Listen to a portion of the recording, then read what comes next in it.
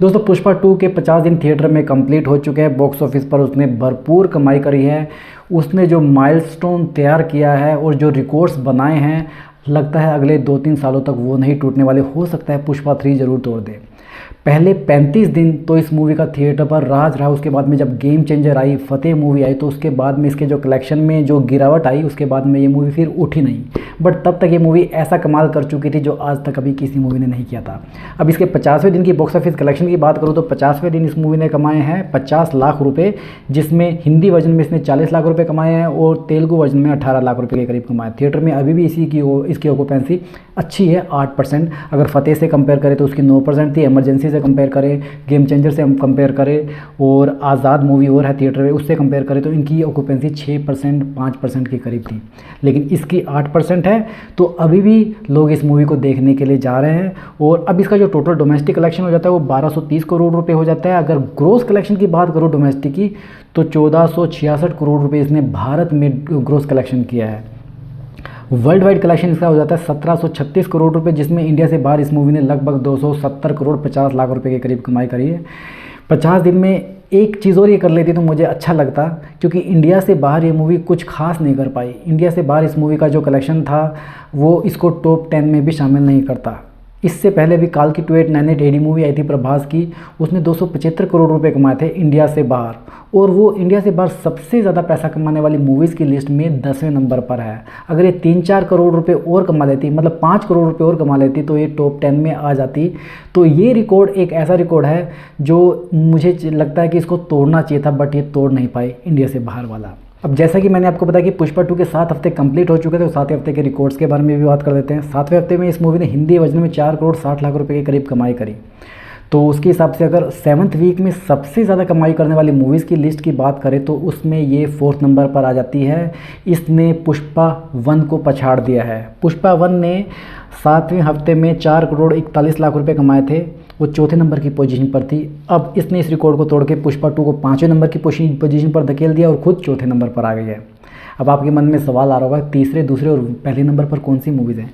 तो इस लिस्ट में तीसरे नंबर पर है दृश्यम 2, जिसने 6 करोड़ 5 लाख रुपए कमाए, मतलब पुष्पा 2 से लगभग 2 करोड़ रुपए ज़्यादा। दूसरे नंबर पर है उरी द सर्जिकल स्ट्राइक, जिसने 6 करोड़ 67 लाख रुपए कमाए।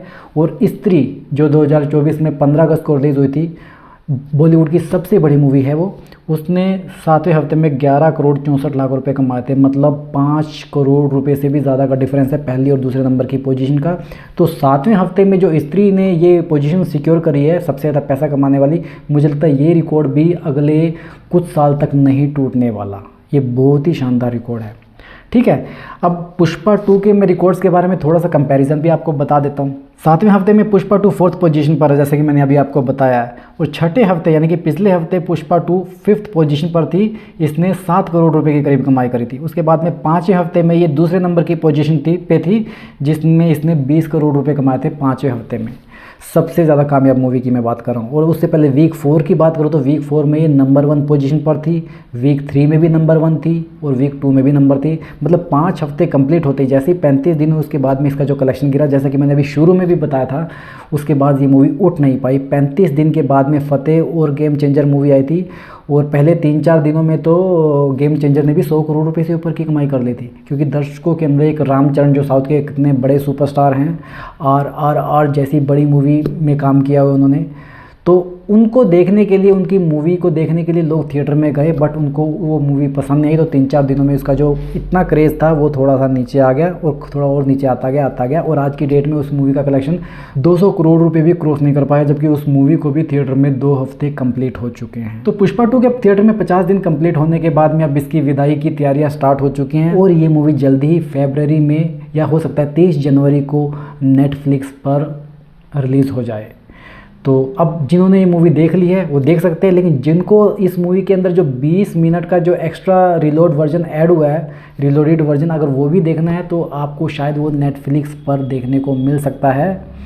और हो सकता है अलग अलग लैंग्वेज में ये अलग अलग OTT पर भी रिलीज़ हो। तो अब नेटफ्लिक्स पे हिंदी में रिलीज़ होगी जहाँ तक मुझे लगता है, और बाकी के तेलुगु वगैरह में हो सकता है कि अमेज़ॉन प्राइम पे रिलीज़ हो। या डिज़नी हॉटस्टार पर रिलीज़ हो, वो आने वाला वक्त बता देगा, उसके बारे में भी मैं आपको अपडेट कर दूंगा। आज के लिए बस इतना ही। तो भाइयों वीडियो अगर पसंद आए तो वीडियो को लाइक करें ऐसे ही, और एंटरटेनमेंट के डोज के लिए चैनल को सब्सक्राइब करो ताकि एंटरटेनमेंट का डोज आपको टाइमली मैनर में मिलता रहे। आपसे जल्दी फिर मुलाकात होगी, तब तक स्वस्थ रहें, मस्त रहें और व्यस्त रहें।